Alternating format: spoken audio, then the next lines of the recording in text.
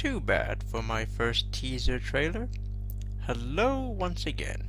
I am Thomas Parker, and I am here to talk to you about my improved version of my prototype game known as Aria.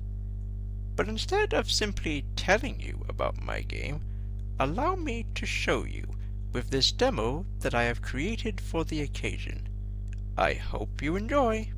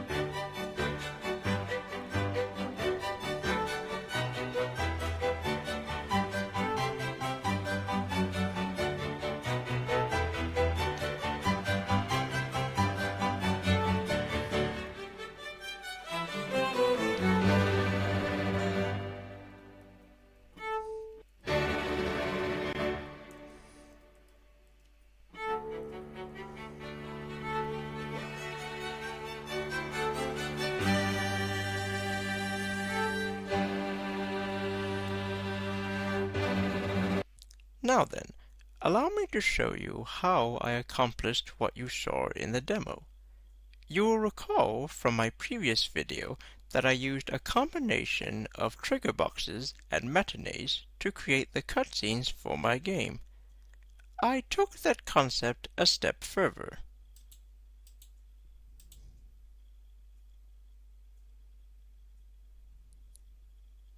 As you can see, I have created an extensive network with the majority of the comment boxes centering on a scene from the game. Each of the cutscenes starts with a trigger bot, which is designed to detect when the player passes through it, and when they do, one of two things will occur. The first is that it will play a cutscene, followed by the musical notes appearing in the order that they are referenced. The second is simply the notes appearing in the order that they are referenced by using a particle effect followed by the notes appearing shortly afterwards. There are much fewer cutscenes from the previous version, as having too many could affect the immersive factor of the game. And thus there are only two cutscenes with the sole purpose of showing how the game works. While the cutscenes are now limited to just two, There are, however, a great many more matinees, which have become more complex in design. While the cutscenes from the previous version used a singular camera, these ones use multiple cameras. This is accomplished by using a director group, which allows me to assign a camera to a specific section of the cutscene, and then switch to another once the first camera completes its scene. However, the matinees for this game are more commonly used to change the positions of the instruments once their respective crescendos have been collected. This often involved moving two objects at once, which was commonly the case for the violins. And now we shall have a look at some of the aesthetic improvements to Aria, starting with the particle effects. After studying the particle effect examples illustrated in the content example level, I decided to use them to create a number of custom-made particle effects. To help give the particle effects a distinctive look, I added a new material that resembled musical notes, and then added an orbit effect, which caused the particles to gravitate to a specific point. This created an interesting effect for the custom particles, and made them visually distinctive from the examples that inspired them. Next, let's talk about materials. As I have went with a low poly design for my models, I wanted to give them a distinctive visual style so that they would stand out. And I considered many different visual looks, including a cardboard design. However, I was then introduced to a visual approach that piqued my curiosity, which involved giving a material a fluorescent glow. And I came to the conclusion that this was the style I was looking for.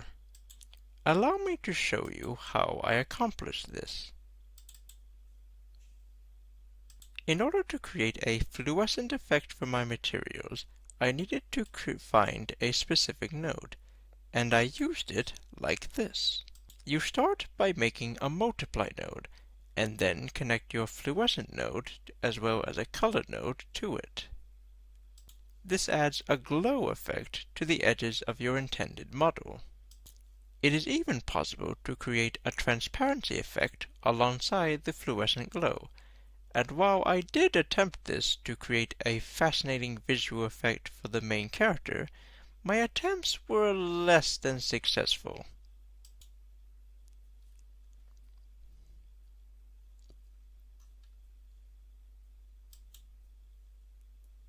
However, of all of the aesthetic qualities of my game, the one I am most proud of is the music. Sadly, I was unable to create my own custom music, but I did find an ideal alternative in the form of a piece of music called the Symphony of Hope. The reason for me choosing this is because there are actually two versions of this piece. The first was presented during the demo, and the second is a fully orchestrated version comprising of multiple instruments. In addition, I did an extensive search of sound bites that matched each of the instruments of the orchestra, and did meticulous detail into ensuring that the music flowed with the gameplay.